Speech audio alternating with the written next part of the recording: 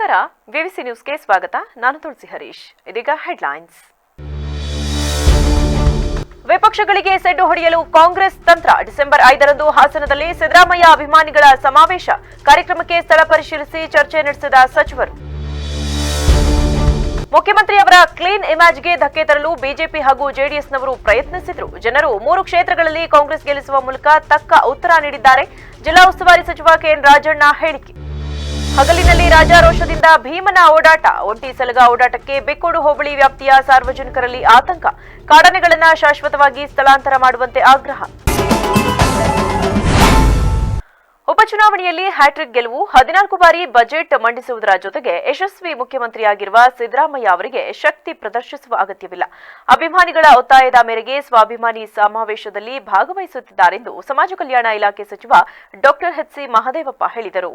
ನಗರದ ಪ್ರವಾಸಿ ಮಂದಿರದಲ್ಲಿ ಶನಿವಾರ ಸುದ್ದಿಗೋಷ್ಠಿಯಲ್ಲಿ ಮಾತನಾಡಿದ ಅವರು, ಮೈಸೂರು, ಮಂಡ್ಯ, ಹಾಸನ, ಚಾಮರಾಜನಗರ, ಕೊಡಗು, ಚಿಕ್ಕಮಗಳೂರು ಜಿಲ್ಲೆಗಳನ್ನು ಒಳಗೊಂಡಂತೆ ಹಾಸನದಲ್ಲಿ ಡಿಸೆಂಬರ್ 5ರಂದು ಬೃಹತ್ ಸಮಾವೇಶ ಆಯೋಜನೆ ಮಾಡಲಾಗಿದೆ. ಅವರಿಗೆ ಬೆಂಬಲ ಸೂಚಿಸಲು ನಾವು ನಿಂತಿದ್ದೇವೆ. ಇದು ರಾಜಕೀಯ ಸಮಾವೇಶವೂ ಅಲ್ಲ, ಜೊತೆಗೆ ಸರ್ಕಾರಿ ಕಾರ್ಯಕ್ರಮವೂ ಅಲ್ಲ. ಈ ಹಿಂದೆ ಅಹಿಂದ ಸಮಾವೇಶ ಮಾಡಿದ್ದೆವು. ಸಿದ್ದರಾಮಯ್ಯ 14 ಬಜೆಟ್ ಕೊಟ್ಟಿದ್ದಾರೆ. ಅಂತಹ ಮಹಾನ್ ನಾಯಕನಿಗೆ ಬೆಂಬಲ ಮತ್ತು ಧನ್ಯವಾದವನ್ನ ಹೇಳಲು ಈ ಸಮಾವೇಶ ಮಾಡುತ್ತಿದ್ದೇವೆ. ಇದು ಶಕ್ತಿಯ ಪ್ರದರ್ಶನವಲ್ಲ. ಸಿದ್ದರಾಮಯ್ಯ ಅವರೇ ಒಂದು ಶಕ್ತಿ. ಸಿದ್ದರಾಮಯ್ಯ ಅವರ ಮೇಲೆ ಸುಳ್ಳು ಆಪಾದನೆ ಮಾಡಿ ಅವರ ವ್ಯಕ್ತಿತ್ವಕ್ಕೆ ಮಸಿ ಬಳಿಯಲು ಹೊರಟಿದ್ದ ಬಿಜೆಪಿ ಮತ್ತು ಜೆಡಿಎಸ್ ನಾಯಕರ ಪಿತೂರಿಗೆ ಜನರು ಉಪಚುನಾವಣೆಯಲ್ಲಿ ತಕ್ಕ ಪಾಠ ಕಲಿಸಿದ್ದಾರೆ. ಬಿಜೆಪಿ ಮತ್ತು ಜೆಡಿಎಸ್ ಅವರ ಕೀಳುಮಟ್ಟದ ನಡೆ, ಸರ್ವಾಧಿಕಾರಿ ವರ್ತನೆಯನ್ನ ಜನರು ತಿರಸ್ಕಾರ ಮಾಡಿ ನಮಗೆ ಆಶೀರ್ವಾದ ಮಾಡಿದ್ದಾರೆ. ಈ ಚುನಾವಣೆಯ ಮೂಲಕ ವಿರೋಧಿಗಳಿಗೆ ನೇರವಾಗಿ ಉತ್ತರ ನೀಡಿದ್ದಾರೆ ಎಂದರು. ಪಕ್ಷಾತೀತವಾಗಿ, ಧರ್ಮಾತೀತವಾಗಿ ಎಲ್ಲ ಸಮುದಾಯಗಳಿಗೆ ಸಾಮಾನ್ಯ ಕನಿಷ್ಠವಾದಂಥ ಆದಾಯ ಬರೋ ರೀತಿಯಲ್ಲಿ 1,20,00,000 ಕುಟುಂಬಗಳಿಗೆ ಮಾಸಿಕ 5,000 ರೂಪಾಯಿ ವರಮಾನ ಬರತಕ್ಕಂಥ ತೀರ್ಮಾನ ಮಾಡಿದ್ದು ದೇಶದ ಇತಿಹಾಸದಲ್ಲಿ ಮೊದಲನೇ ಸರ್ಕಾರ ಕಾಂಗ್ರೆಸ್ ಸರ್ಕಾರ, ಸಿದ್ದರಾಮಯ್ಯ ಸರ್ಕಾರ. ಸೊ ನಮ್ಮ ಆಡಳಿತ ಮತ್ತು ಗ್ಯಾರಂಟಿಗಳಿಗೆ ಬೆಂಬಲ ನೀಡಿ ಜೆಡಿಎಸ್ಸು ಬಿಜೆಪಿಯ ರಾಜಕೀಯ ಪಿತೂರಿ ಮತ್ತು ಕುತಂತ್ರವನ್ನು ಬಯಲಿಗೆಳೆದು ಈ 3 ಉಪಚುನಾವಣೆಯಲ್ಲಿ ನಾವು ನಿರೀಕ್ಷೆಗಿಂತ ಹೆಚ್ಚಾಗಿಯೇ ಜನ ಆಶೀರ್ವಾದ ಮಾಡಿ ನಮ್ಮ ಸರ್ಕಾರಕ್ಕೆ, ನಮ್ಮ ಪಕ್ಷಕ್ಕೆ ಬೆಂಬಲ ಆಶೀರ್ವಾದ ಕೊಟ್ಟಿದ್ದಾರೆ. ನಮಗೆ ಇನ್ನೂ ಹೆಚ್ಚು ಉತ್ಸಾಹದಿಂದ ಕೆಲಸ ಮಾಡೋಕ್ಕೆ ನಮಗೆ ಇನ್ನೂ ಶಕ್ತಿ, ಆಶೀರ್ವಾದವನ್ನು ಜನರು ಕೊಟ್ಟಿದ್ದಾರೆ. ಈ ಚುನಾವಣೆ ನೇರವಾಗಿ ವಿರೋಧ ಪಕ್ಷಗಳಿಗೆ ಉತ್ತರ ಏನು ಕೊಟ್ಟಿದೆ ಅಂದರೆ, ವಿರೋಧ ಪಕ್ಷವಾಗಿ ರಾಜ್ಯದ ಸಮಸ್ಯೆ, ಜನರ ಸಮಸ್ಯೆಗಳು ಮುಡಾ ವಿಚಾರ ಇಟ್ಟುಕೊಂಡು ಮುಖ್ಯಮಂತ್ರಿ ಸಿದ್ದರಾಮಯ್ಯ ಅವರ ಕ್ಲೀನ್ ಇಮೇಜ್ಗೆ ಧಕ್ಕೆ ತರಲು ಬಿಜೆಪಿ ಹಾಗೂ ಜೆಡಿಎಸ್ನವರು ಪ್ರಯತ್ನಿಸಿದರು. ಜನರು 3 ಕ್ಷೇತ್ರಗಳಲ್ಲಿ ಕಾಂಗ್ರೆಸ್ ಗೆಲ್ಲಿಸುವ ಮೂಲಕ ತಕ್ಕ ಉತ್ತರ ನೀಡಿದ್ದಾರೆ ಎಂದು ಜಿಲ್ಲಾ ಉಸ್ತುವಾರಿ ಸಚಿವ ಕೆಎನ್ ರಾಜಣ್ಣ ಹೇಳಿದರು. ಹಾಸನದಲ್ಲಿ ಶನಿವಾರ ಸುದ್ದಿಗೋಷ್ಠಿಯಲ್ಲಿ ಮಾತನಾಡಿದ ಅವರು, ಮುಖ್ಯಮಂತ್ರಿ, ಉಪಮುಖ್ಯಮಂತ್ರಿ ಡಿಕೆ ಶಿವಕುಮಾರ್ ಅವರ ಒಗ್ಗಟ್ಟಿನ ಪ್ರಯತ್ನ ಗೆಲುವು ತಂದುಕೊಟ್ಟಿದೆ. ರಾಜ್ಯ ಸರ್ಕಾರದ ಗ್ಯಾರಂಟಿ ಯೋಜನೆ ಹಾಗೂ ಅಭಿವೃದ್ಧಿ ಕಾಮಗಾರಿಗಳ ಕುರಿತು ಅಪಪ್ರಚಾರ ಮಾಡಿದ ಪ್ರತಿಪಕ್ಷಗಳಿಗೆ ಮತದಾರರು ಸರಿಯಾದ ಉತ್ತರ ನೀಡಿದ್ದಾರೆ ಎಂದರು. ಸ್ವಾರ್ಥಕ್ಕಾಗಿ ಇಳಿವಯಸ್ಸಿನಲ್ಲಿ ದೇವೇಗೌಡರಿಗೆ ಹಿಂಸೆ ಕೊಟ್ಟು ಬೀದಿಗೆ ತಂದು ನಿಲ್ಲಿಸಿದ್ದು ಖಂಡನೀಯ. ರಾಜಕಾರಣಕ್ಕಾಗಿ ಆರೋಗ್ಯ ಸರಿಯಿಲ್ಲದ ಮುತ್ಸದ್ದಿಗೆ ತೊಂದರೆ ನೀಡಬಾರದಿತ್ತು. ಚನ್ನಪಟ್ಟಣ ಕ್ಷೇತ್ರ ಗೆಲ್ಲಲೇಬೇಕೆಂದು ಬಿಜೆಪಿ ಜೆಡಿಎಸ್ನವರು ದೊಡ್ಡ ಪ್ರಮಾದ ಎಸಗಿದ್ರು. ಹಿರಿಯ ನಾಯಕನಿಗೆ ತೊಂದರೆ ಕೊಡಬಾರದಿತ್ತು. ನಾನೇನಾದ್ರೂ ಅವರ ಮಗನಾಗಿದ್ರೆ ನಮ್ಮ ಸ್ವಾರ್ಥಕ್ಕೆ ಖಂಡಿತ ಬಳಸಿಕೊಳ್ಳುತ್ತಿರಲಿಲ್ಲ. ಮನೆಯಲ್ಲೇ ಇದ್ದು ಆಶೀರ್ವಾದ ಮಾಡಿ ಅಂತಿದ್ದೆ. ದೇವೇಗೌಡರ ಮೇಲೆ ನನಗೆ ಅಪಾರ ಗೌರವವಿದೆ ಎಂದು ಕೇಂದ್ರ ಸಚಿವ ಎಚ್ ಡಿ ಕುಮಾರಸ್ವಾಮಿ ಅವರು ಹೆಸರು ಹೇಳದೆ ತಿರುಗೇಟು ನೀಡಿದರು. ಮಾನ್ಯ ಶ್ರೇಯಸ್ ಪಟೇಲ್ ಅವರು ಹಾಗೂ ಮೈಸೂರಿನ ಅಭ್ಯರ್ಥಿಯಾಗಿದ್ದಂತಹ ಸನ್ಮಾನ್ಯ ಲಕ್ಷ್ಮಣರವರು, ಶಿವಣ್ಣವರು ಮತ್ತು ಇತರ ಎಲ್ಲ ಮುಖಂಡರುಗಳಿದ್ದಾರೆ. ಕುರ್ಚಿಗಳು ಹಾಕಿಲ್ಲ. ಶಿವರಾಮ್, ನೀವೆಲ್ಲ ಕುರ್ಚಿ ಹಾಕೊಂಡು ಕೂತ್ಕೊಳ್ಳಪ್ಪ. ಕುರ್ಚಿ ಇಲ್ಲ ಅಂದ್ರೆ ನಾವೇನು. ಹೀಗಾಗಿ ಅವರ ಯಾರ್ಯಾರು ಕುರ್ಚಿ ಸಿಕ್ಕಿಲ್ಲ ಅವರೆಲ್ಲರಿಗೂ ಕೂಡ ಅವ್ರ ಕ್ಷಮೆ ಇರಲಿ ಅಂತ ಹೇಳಿ ಈ ಸಂದರ್ಭದಲ್ಲಿ ವ್ಯಕ್ತಪಡಿಸ್ದ. ಇವತ್ತು 3 ಉಪಚುನಾವಣೆಗಳಲ್ಲಿ ಕಾಂಗ್ರೆಸ್ ಪಕ್ಷ ಅಭೂತಪೂರ್ವವಾದಂತಹ ಜಯಭೇರಿಯನ್ನು ಗಳಿಸಿದೆ. ಈ ಒಂದು ಸಂತೋಷದ ಸಂಗತಿಯನ್ನು ನಿಮಗೆಲ್ಲ ಗೊತ್ತಿದೆ, ನನಗೂ ಗೊತ್ತಿದೆ. ಆದ್ದರಿಂದ ಸಂತೋಷವನ್ನು ಎಲ್ಲ ನಿಮ್ಮ ಜೊತೆಯಲ್ಲಿ ಹಂಚಿಕೊಳ್ಳಿಕ್ಕೆ ನಮಗೆಲ್ಲರಿಗೂ ಕೂಡ ಬಹಳ ಹರ್ಷ ಆಗುತ್ತೆ ಅಂತಕ್ಕಂಥದ್ದು. ಸುದ್ದಿಗೋಷ್ಠಿಯಲ್ಲಿ ಸಚಿವರಾದ K Venkatesh, H C Mahadevappa, NS Bosaraju, Vidhana Parishat ಸದಸ್ಯ ಡಾ ಯತೀಂದ್ರ ಸಿದ್ದರಾಮಯ್ಯ, ಶಾಸಕ ಕೆಎಂ ಶಿವಲಿಂಗೇಗೌಡ, ಸಂಸದ ಶ್ರೇಯಸ್ ಪಟೇಲ್, ಮಾಜಿ ಸಚಿವ ಬಿ ಶಿವ, ಮೈಸೂರಿನ ಲಕ್ಷ್ಮಣ್, ಶಿವಣ್ಣ ಇದ್ದರು. ಸಿಕ್ಕಲ್ಲಿ ಹಗಲಿನ ವೇಳೆ ರಾಜಾರೋಷದಿಂದ ಓಡಾಡುತ್ತಿರುವ ಒಂಟಿ ಕಾಡಾನೆಯಿಂದ ಬೇಲೂರು ತಾಲೂಕು ಬಿಕ್ಕೋಡು ಹೋಬಳಿ ವ್ಯಾಪ್ತಿಯ ಸಾರ್ವಜನಿಕರು ಆತಂಕ ಪಡುವ ಸ್ಥಿತಿ ನಿರ್ಮಾಣವಾಗಿದೆ. ಭೀಮಾ ಹೆಸರಿನ ಕಾಡಾನೆಯು ಅಂಕಿಹಳ್ಳಿ ಜಗಬೋರನಹಳ್ಳಿ ಬಳಿ ಓಡಾಡುತ್ತಿದ್ದು, ಕೂಲಿ ಕಾರ್ಮಿಕರು ಸಾರ್ವಜನಿಕರು ಭಯದಿಂದ ಕಾಲ ಕಳೆಯುತ್ತಿದ್ದಾರೆ. ಜಗಬೋರನಹಳ್ಳಿ ಬಳಿ ಭೀಮಾ ಮಧ್ಯ ರಸ್ತೆಯಲ್ಲಿ ಹಗಲು ವೇಳೆ ಕಾಣಿಸಿಕೊಂಡ ಪರಿಣಾಮ ಅರಣ್ಯ ಇಲಾಖೆಯ ಸಿಬ್ಬಂದಿಗಳು ತಮ್ಮ ವಾಹನದಲ್ಲಿ ಮೈಕ್ ಮೂಲಕ ಗ್ರಾಮಸ್ಥರಿಗೆ ಎಚ್ಚರಿಕೆಯನ್ನ ನೀಡುತ್ತಾ ಆನೆಯ ಮುಂದೆ ಸಾಗುತ್ತಿದ್ರು. ಆದರೆ ಆನೆಯ ಹಿಂಬದಿಯಿಂದ ಸಾರ್ವಜನಿಕರು ಮೊಬೈಲ್ನಲ್ಲಿ ವಿಡಿಯೋ ಫೋಟೋಗಳನ್ನು ಸೆರೆ ಹಿಡಿಯುವುದರಲ್ಲಿ ನಿರತರಾಗಿದ್ರು. ಕಾಡಾನೆಗಳಿಂದ ಚಲನವಲನದಿಂದ ಬೇಸತ್ತಿರುವ ಸುತ್ತಮುತ್ತಲ ಗ್ರಾಮಗಳ ನಿವಾಸಿಗಳು ಅವುಗಳನ್ನು ಶಾಶ್ವತವಾಗಿ ಸ್ಥಳಾಂತರ ಮಾಡುವಂತೆ ಆಗ್ರಹಿಸಿದ್ದಾರೆ. ಮೈಸೂರಿನಲ್ಲಿ ನಡೆದ ಮಾದಪ್ಪ ಸ್ಮರಣಾರ್ಥ ಹಾಗೂ ಬೆಂಗಳೂರಿನ ವಿದ್ಯಾನಗರ ಕ್ರೀಡಾಂಗಣದಲ್ಲಿ ನಡೆದ ಕರ್ನಾಟಕ ತೃತೀಯ ಮಿನಿ ಒಲಿಂಪಿಕ್ಸ್ ಕ್ರೀಡಾಕೂಟದ ಮಹಿಳೆಯರ ಮತ್ತು ಬಾಲಕಿಯರ ಹ್ಯಾಂಡ್ಬಾಲ್ ಪಂದ್ಯಾವಳಿಯಲ್ಲಿ ಜಿಲ್ಲಾ ಹ್ಯಾಂಡ್ಬಾಲ್ ತಂಡ ದ್ವಿತೀಯ ಸ್ಥಾನವನ್ನು ಗಳಿಸಿದ್ದು, ಈ ಹಿನ್ನೆಲೆ ಹಾಸನ ಜಿಲ್ಲಾ ಹ್ಯಾಂಡ್ಬಾಲ್ ಸಂಸ್ಥೆಯ ವತಿಯಿಂದ ತಂಡಕ್ಕೆ ಅಭಿನಂದನಾ ಕಾರ್ಯಕ್ರಮವನ್ನು ಆಯೋಜಿಸಲಾಗಿತ್ತು.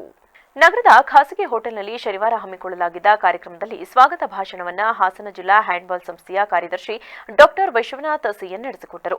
ನಂತರ ಹಾಸನ ಜಿಲ್ಲಾ ಹ್ಯಾಂಡ್ಬಾಲ್ ಸಂಸ್ಥೆಯ ಅಧ್ಯಕ್ಷರಾದ ಕುಮಾರಸ್ವಾಮಿ ಮಾತನಾಡಿ, ನವೆಂಬರ್ 18ರಿಂದ 20ರವರೆಗೆ ಬೆಂಗಳೂರಿನಲ್ಲಿ ನಡೆದ ಕರ್ನಾಟಕದ ತೃತೀಯ ಮಿನಿ ಒಲಿಂಪಿಕ್ಸ್ ಕ್ರೀಡಾಕೂಟದಲ್ಲಿ ಹಾಗೂ ಮೈಸೂರಿನಲ್ಲಿ ನಡೆದಿದ್ದ ಮಾದಪ್ಪ ಸ್ಮರಣಾರ್ಥ ಕ್ರೀಡಾಕೂಟದಲ್ಲಿ ಹಾಸನದ ಬಾಲಕಿಯರ ತಂಡ ದ್ವಿತೀಯ ಸ್ಥಾನ ಪಡೆದಿದ್ದು, ದಸರಾ ಸಿಎಂ ಕಪ್ ಕ್ರೀಡಾಕೂಟದಲ್ಲಿ ರಂಜನಾ, ಸುರಭಿ, ಸ್ಫೂರ್ತಿ ಈ 3 ಕ್ರೀಡಾಪಟುಗಳು ರಾಜ್ಯಮಟ್ಟಕ್ಕೆ ಆಯ್ಕೆಯಾಗಿ ಪ್ರಥಮ ಸ್ಥಾನವನ್ನು ಪಡೆದಿದ್ದಾರೆ. ಅಲ್ಲದೆ ಬೆಳಗಾವಿಯ ಅಥಣಿಯಲ್ಲಿ ನಡೆದ ರಾಜ್ಯಮಟ್ಟದ ಆಹ್ವಾನಿತ ಪಂದ್ಯಾವಳಿಯಲ್ಲಿ ಪುರುಷರ ತಂಡ ದ್ವಿತೀಯ ಸ್ಥಾನ ಪಡೆದಿದ್ದು, ಈ ಸಂದರ್ಭದಲ್ಲಿ ತಂಡದ ಕ್ರೀಡಾಪಟು ರತನ್ ಕುಮಾರ್ ಅವರು ಪಂದ್ಯಾವಳಿಯಲ್ಲಿ ಅತ್ಯುತ್ತಮ ಆಟಗಾರರಾಗಿ ಹೊರಹೊಮ್ಮಿದ್ದು, ಅವರಿಗೆ ಈ ಸಂದರ್ಭದಲ್ಲಿ ಅಭಿನಂದನೆಯನ್ನ ಸಲ್ಲಿಸುವುದಾಗಿ ತಿಳಿಸಿದ ಅವರು ಕ್ರೀಡೆಯಿಂದ ಆಗುವ ಉಪಯೋಗಗಳ ಬಗ್ಗೆ ಮಾಹಿತಿ ನೀಡಿದರು.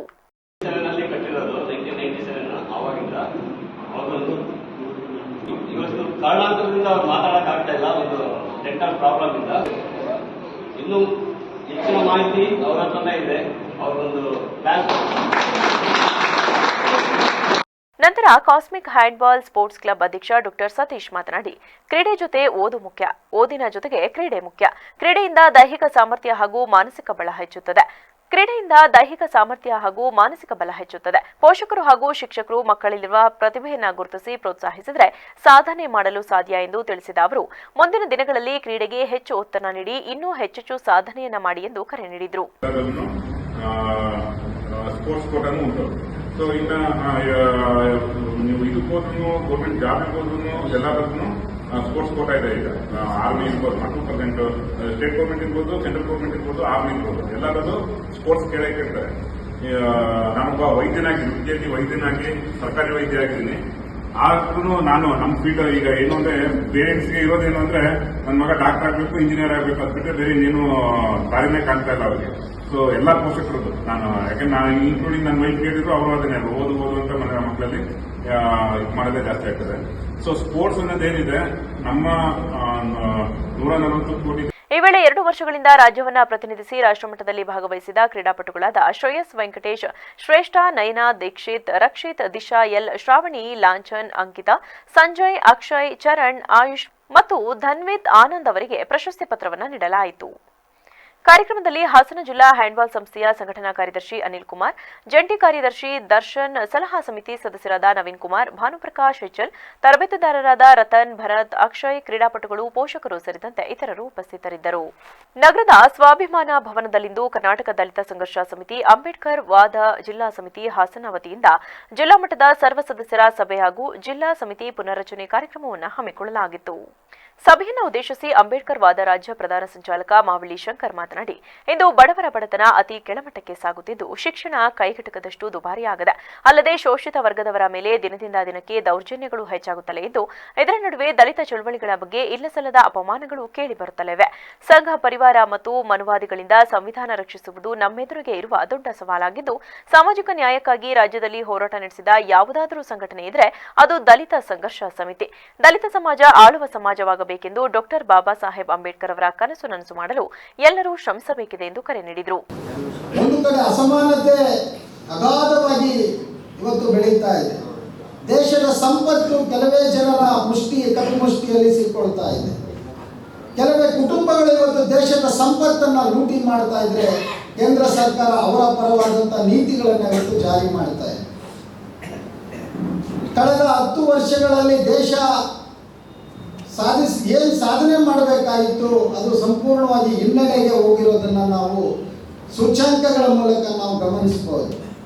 ಇವತ್ತು ಬಡವರ ಬಡತನ ಅತ್ಯಂತ ಕೆಳಮಟ್ಟಕ್ಕೆ ಹೋಗ್ತಾ ಇರುವಂಥದ್ದು, ಶಿಕ್ಷಣ ಕೈಗೆಟುಕದ ರೀತಿಯಲ್ಲಿ ನಡೀತಾ ಇರುವಂಥದ್ದು, ಮಹಿಳೆಯರ ಮೇಲಿನ ದೌರ್ಜನ್ಯಗಳು, ಶೋಷಿತ ಸಮುದಾಯಗಳ ಮೇಲೆ ನಡೀತಾ ಇರುವಂಥ ದೌರ್ಜನ್ಯಗಳು ತೀವ್ರ ರೀತಿಯಲ್ಲಿ ಇವತ್ತು ನಡೀತಾ ಇರೋದನ್ನು ನಾವು ಗಮನಿಸಬೇಕು. ಇದರ ಮಧ್ಯೆನೂ ಕೂಡ ದಲಿತ ಚಳವಳಿಯ ಬಗ್ಗೆ ಕೆಲವರು ತುಂಬ ಹಗುರವಾಗಿ ಮಾತಾಡೋದನ್ನು ನಾವು ಈ ಸಂದರ್ಭದಲ್ಲಿ ಅಂತಾರಾಷ್ಟ್ರೀಯ ಚಿತ್ರಕಲಾವಿದ ಕೆಟಿ ಶಿವಪ್ರಸಾದ್, ರಾಜ್ಯ ಸಂಘಟನಾ ಸಂಚಾಲಕ ಈರೇಶ್ ಹಿರೇಹಳ್ಳಿ, ಜಿಲ್ಲಾ ಸಂಚಾಲಕ ಲಕ್ಷ್ಮಣ್ ಬೇಲೂರು ಸೇರಿದಂತೆ ಇತರರಿದ್ದರು. ನಗರದ ವಿದ್ಯಾನಗರದ ಕುವೆಂಪು ಸರ್ಕಲ್ನಲ್ಲಿಂದು ಕುವೆಂಪು ಯುವಕರ ಸಂಘದ ವತಿಯಿಂದ ಅದ್ದೂರಿ ಕನ್ನಡ ರಾಜ್ಯೋತ್ಸವವನ್ನು ಆಚರಿಸಲಾಯಿತು. ಕಾರ್ಯಕ್ರಮದ ಕುರಿತು ಕುವೆಂಪು ಯುವಕರ ಸಂಘದ ಅಧ್ಯಕ್ಷ ಹೇಮಂತ್ ಕುಮಾರ್ ಹೆಚ್ಆರ್ ಮಾತನಾಡಿ, 69ನೇ ಕನ್ನಡ ರಾಜ್ಯೋತ್ಸವ ಹಿನ್ನೆಲೆ ನಗರದ ವಿದ್ಯಾನಗರದ ಕುವೆಂಪು ಯುವಕರ ಸಂಘದ ವತಿಯಿಂದ ಅದ್ದೂರಿ ಕನ್ನಡ ರಾಜ್ಯೋತ್ಸವವನ್ನು ಆಚರಿಸಲಾಗಿದ್ದು, ಬೆಳಗ್ಗೆ ಗಣ್ಯರ ಸಮ್ಮುಖದಲ್ಲಿ ಧ್ವಜಾರೋಹಣ ಕಾರ್ಯಕ್ರಮವನ್ನು ನೆರವೇರಿಸಲಾಗಿದೆ. ಇನ್ನು ನಗರದ ಪ್ರಮುಖ ಬೀದಿಗಳಲ್ಲಿ ಕನ್ನಡ ಬಾವುಟವನ್ನು ಹೊತ್ತು ಯುವಕರು ಬೈಕ್ ರ್ಯಾಲಿಯಲ್ಲಿ ಪಾಲ್ಗೊಂಡಿದ್ದು, ನಂತರ ನೆರೆದಿದ್ದ ಸಾವಿರಾರು ಮಂದಿಗೆ ಅನ್ನ ಸಂತರ್ಪಣೆ ಕಾರ್ಯಕ್ರಮವನ್ನು ಏರ್ಪಡಿಸಲಾಗಿದೆ ಎಂದು ತಿಳಿಸಿದರು. ಕುವೆಂಪು ಯುವಕರ ಸಂಘದ ಅಧ್ಯಕ್ಷನಾಗಿ ಕಾರ್ಯನಿರ್ವಹಿಸ್ತಿದ್ದೇನೆ. ನಾನು ಮಾರುತಿ ಪವರ್ ಟೂಲ್ಸ್ ಶಾಪ್ ಇಟ್ಕೊಂಡಿದ್ದೇನೆ. ಮೊದಲನೇ ಬಾರಿಗೆ ನಮ್ಮ ಸ್ನೇಹಿತರೆಲ್ಲ ಸೇರಿಕೊಂಡು ಅದ್ದೂರಿ ಕನ್ನಡ ರಾಜ್ಯೋತ್ಸವ ಮಾಡಬೇಕು ಅಂತ ಎಲ್ಲರೂ ಸೇರ್ಕೊಂಡು ಮಾಡ್ತಾಯಿದ್ದೀವಿ. ವಿದ್ಯಾನಗರದ ಎಲ್ಲ ನಿವಾಸಿಗಳು ಸಹಕಾರ ನೀಡಿದ್ದಾರೆ ಈ ಒಂದು ಕಾರ್ಯಕ್ರಮಕ್ಕೆ. ಹಾಗೂ ಬೆಳಗ್ಗೆ ಧ್ವಜಾರೋಹಣ ಮಾಡಿದ್ದೀವಿ. ಡಾಕ್ಟರ್ ಜಗದೀಶ್ ಅವರು ಬಂದು ನೆರವೇರಿಸಿಕೊಟ್ಟಿದ್ದಾರೆ. ಹಾಗೂ 10 ಗಂಟೆಗೆ ರ್ಯಾಲಿ, ಬೈಕು, ಆಟೋ ಹಾಗೂ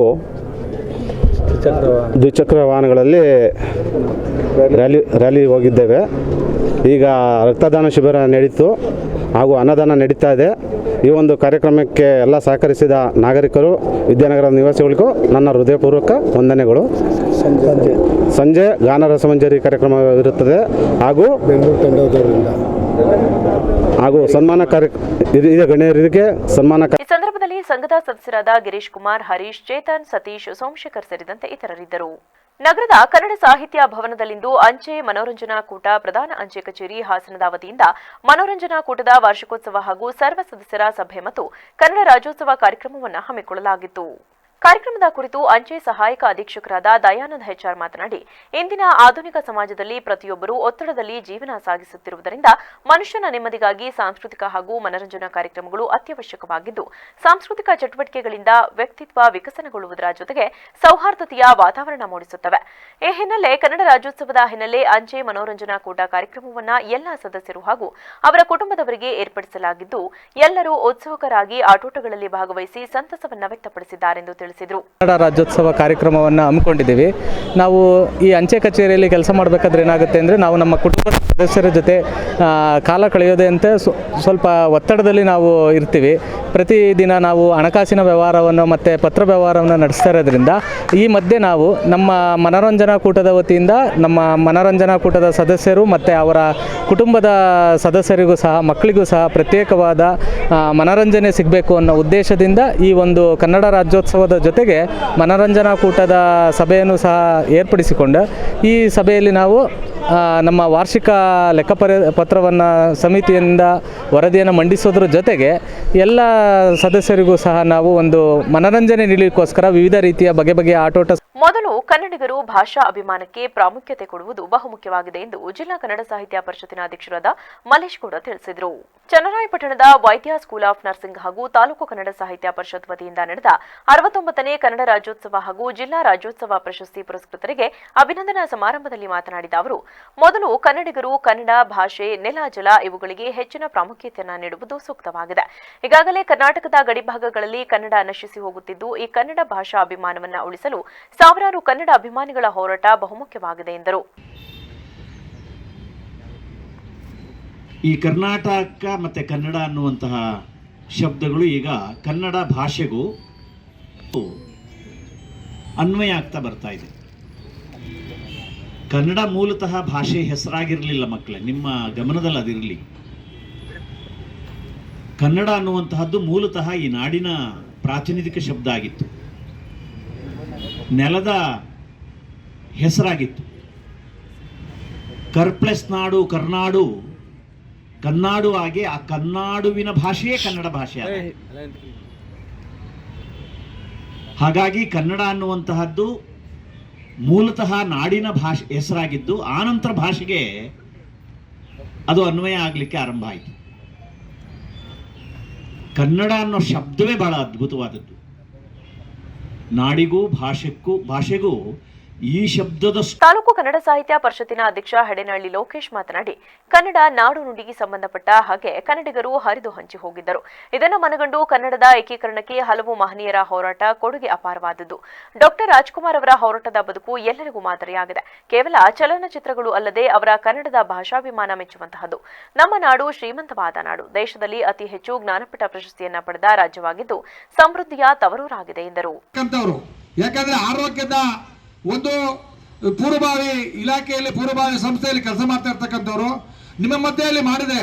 ಬಹುಶಃ ನೂರಾರು ಸಾವಿರಾರು ಜನರಿಗೆ ವಿಷಯ ತಲುಪುತ್ತೆ ಅಂತ ಹೇಳಿ ಒಂದು ರಾಜ್ಯೋತ್ಸವನ ಇಲ್ಲಿ ನಡೆಸ್ತಾ ಇದೀವಿ. ಇಂತಹ ಸಂದರ್ಭದಲ್ಲಿ ಬಹುಶಃ ಬಂಧುಗಳೇ, ನಿಮಗೆಲ್ಲ ಗೊತ್ತಿದೆ, ಈ ದೇಶ ಹಲವಾರು ವರ್ಷಗಳ ಕಾಲ ಪರಕೀಯರ ಪಾಲಾಗಿ ಬ್ರಿಟಿಷ್ನವರು ಸುಮಾರು 800 ವರ್ಷಗಳ ಕಾಲ ಆಳ್ವಿಕೆಯನ್ನ ಮಾಡಿ ಬಿಟ್ಟೋದಂತ ಸಂದರ್ಭದಲ್ಲಿ ಬಹುಶಃ ಕನ್ನಡ ನಾಡಿನಲ್ಲಿ ಅದರದೇ ಆದಂತಹ ಒಂದು ಸಮಸ್ಯೆ ಇತ್ತು. ದೇಶದಲ್ಲಿ ಒಂದು ಸಂವಿಧಾನವನ್ನ ದೇಶ ಹೇಗೆ ನಡೀಬೇಕು ಅಂತಕ್ಕಂಥ ರೀತಿಯಲ್ಲಿ ಸಂವಿಧಾನವನ್ನು ಬರೆದ್ರು. ಅದೇ ರೀತಿಯಲ್ಲಿ ಬಹುಶಃ ಅದಕ್ಕೆ ಹೋಲಿಕೆ ಆಗ್ತಾ ಇದ್ರು ಕೂಡ ಕನ್ನಡ ನಾಡು ನುಡಿಗೆ ಸಂಬಂಧಪಟ್ಟ ಹಾಗೆ ಕನ್ನಡ ನಾಡಿನಲ್ಲಿ ಎಲ್ಲ ಭಾಷಿಗರು ವಾಸ ಮಾಡ್ತಾ ಇದ್ರು. ಹೈದರಾಬಾದ್ಗೆ ಹೋದ್ರೆ ಆ ಕಡೆ ಹೈದರಾಬಾದ್ ಕಡೆ ಇದ್ರು, ಈ ಕಡೆ ಹೋದ್ರೆ ತೆಲುಗು ಮಾತಾಡೋರಿದ್ರು. ಮತ್ತೆ ಈಗೆಲ್ಲ ಮಿಶ್ರಣ ಮಾಡಿ ಮದ್ರಾಸ್ ಕಡೆ ಹೋಗಿ ಕನ್ನಡಿಗರು ಎಲ್ಲ ಕಡೆ ಹರಿದು ಹಂಚು ಹೋಗಿದ್ರು. ಬಹುಶಃ ಅವತ್ತಿನ ಮುಖಂಡರು ಆಲೋಚನೆ ಮಾಡಿದ್ರು, ಯಾವ ನಾಡಿನಲ್ಲಿ. ಕಾರ್ಯಕ್ರಮದಲ್ಲಿ ಜಿಲ್ಲಾ ಸಾಹಿತ್ಯ ಪರಿಷತ್ತಿನ ಕಾರ್ಯದರ್ಶಿ ಬೊಮ್ಮೇಗೌಡ, ವೈದ್ಯ ಸ್ಕೂಲ್ ಆಫ್ ಪ್ಯಾರಾಮೆಡಿಕಲ್ ಪ್ರಾಂಶುಪಾಲ ಅರುಣ್ ಕುಮಾರ್, ಕನ್ನಡ ಪ್ರಾಧ್ಯಾಪಕ ಆರ್ಕೆ ಶಿವಪ್ಪ, ರೈತ ಸಂಘದ ಅಧ್ಯಕ್ಷ ಅರಳಾಪುರ ಮಂಜೇಗೌಡ, ಯಶೋಧ ಜೈನ್ ಸೇರಿದಂತೆ ಮತ್ತಿತರರಿದ್ದರು. ಇದೀಗ ಸಂಕ್ಷಿಪ್ತ ಸುದ್ದಿಗಳು. ಹಾಸನ ಮಲೆನಾಡು ಎಂಜಿನಿಯರಿಂಗ್ ಕಾಲೇಜಿನ ಹಾರನಹಳ್ಳಿ ರಾಮಸ್ವಾಮಿ ಸಭಾಂಗಣದಲ್ಲಿ ನವೆಂಬರ್ 25ರಂದು ಬೆಳಗ್ಗೆ 9 ಗಂಟೆಗೆ ಕಂಚಿ ಕಾಮಕೋಟಿ ಪೀಠಾಧಿಪತಿ ಜಗದ್ಗುರುಗಳಾದ ಶ್ರೀ ಶ್ರೀಶಂಕರ ವಿಜಯೇಂದ್ರ ಸರಸ್ವತಿ ಶಂಕರಾಚಾರ್ಯ ಸ್ವಾಮೀಜಿಗಳು ಆಶೀರ್ವಚನ ನೀಡಲಿದ್ದು, ಸಾರ್ವಜನಿಕರು ಸಕಾಲಕ್ಕೆ ಆಗಮಿಸಿ ಗುರುಗಳ ಕೃಪಾಶೀರ್ವಾದಕ್ಕೆ ಪಾತ್ರರಾಗಬೇಕೆಂದು ಮಲೆನಾಡು ತಾಂತ್ರಿಕ ಶಿಕ್ಷಣ ಸಂಸ್ಥೆಯ ಅಧ್ಯಕ್ಷರಾದ ಅಶೋಕ್ ಹಾರನಹಳ್ಳಿ ಮನವಿ ಮಾಡಿದ್ದಾರೆ. ಕೊನೆಯಲ್ಲಿ ಮತ್ತೊಮ್ಮೆ ಹೆಡ್ಲೈನ್ಸ್. ವಿಪಕ್ಷಗಳಿಗೆ ಸೆಡ್ಡು ಹೊಡೆಯಲು ಕಾಂಗ್ರೆಸ್ ತಂತ್ರ. ಡಿಸೆಂಬರ್ 5ರಂದು ಹಾಸನದಲ್ಲಿ ಸಿದ್ದರಾಮಯ್ಯ ಅಭಿಮಾನಿಗಳ ಸಮಾವೇಶ. ಕಾರ್ಯಕ್ರಮಕ್ಕೆ ಸ್ಥಳ ಪರಿಶೀಲಿಸಿ ಚರ್ಚೆ ನಡೆಸಿದ ಸಚಿವರು. ಮುಖ್ಯಮಂತ್ರಿಯವರ ಕ್ಲೀನ್ ಇಮೇಜ್ಗೆ ಧಕ್ಕೆ ತರಲು ಬಿಜೆಪಿ ಹಾಗೂ ಜೆಡಿಎಸ್ನವರು ಪ್ರಯತ್ನಿಸಿದ್ರು. ಜನರು 3 ಕ್ಷೇತ್ರಗಳಲ್ಲಿ ಕಾಂಗ್ರೆಸ್ ಗೆಲ್ಲಿಸುವ ಮೂಲಕ ತಕ್ಕ ಉತ್ತರ ನೀಡಿದ್ದಾರೆ. ಜಿಲ್ಲಾ ಉಸ್ತುವಾರಿ ಸಚಿವ ಕೆಎನ್ ರಾಜಣ್ಣ ಹೇಳಿಕೆ. ಹಗಲಿನಲ್ಲಿ ರಾಜಾರೋಷದಿಂದ ಭೀಮನ ಓಡಾಟ. ಒಂಟಿ ಸಲಗ ಓಡಾಟಕ್ಕೆ ಬೆಕ್ಕೋಡು ಹೋಬಳಿ ವ್ಯಾಪ್ತಿಯ ಸಾರ್ವಜನಿಕರಲ್ಲಿ ಆತಂಕ. ಕಾಡಾನೆಗಳನ್ನು ಶಾಶ್ವತವಾಗಿ ಸ್ಥಳಾಂತರ ಮಾಡುವಂತೆ ಆಗ್ರಹ. ಕ್ಷಣ ಕ್ಷಣದ ಸುದ್ದಿಗಾಗಿ ನೋಡ್ತಾ ಇರಿ ವಿವಿಸಿ ಟಿವಿ, ಸತ್ಯದ ಕಡೆ ನಮ್ಮ ನಡೆ.